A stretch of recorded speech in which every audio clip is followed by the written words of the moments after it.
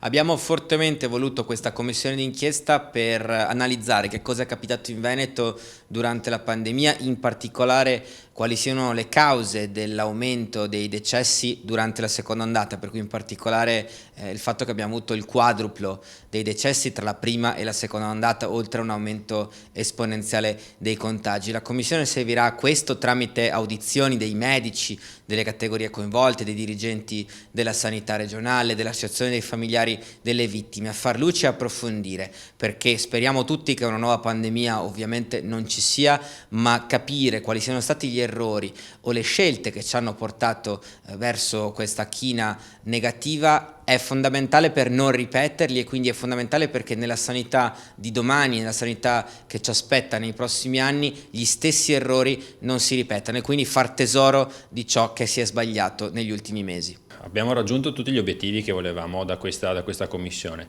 Innanzitutto bisogna ricordare che nei mesi scorsi sono state dette troppe bugie sulla sanità del Veneto e ora è giusto fare chiarezza, è giusto che i veneti sappiano realmente cosa è successo nei mesi di pandemia. Questa commissione serve proprio a questo obiettivo, fare chiarezza e dare risposte ai veneti.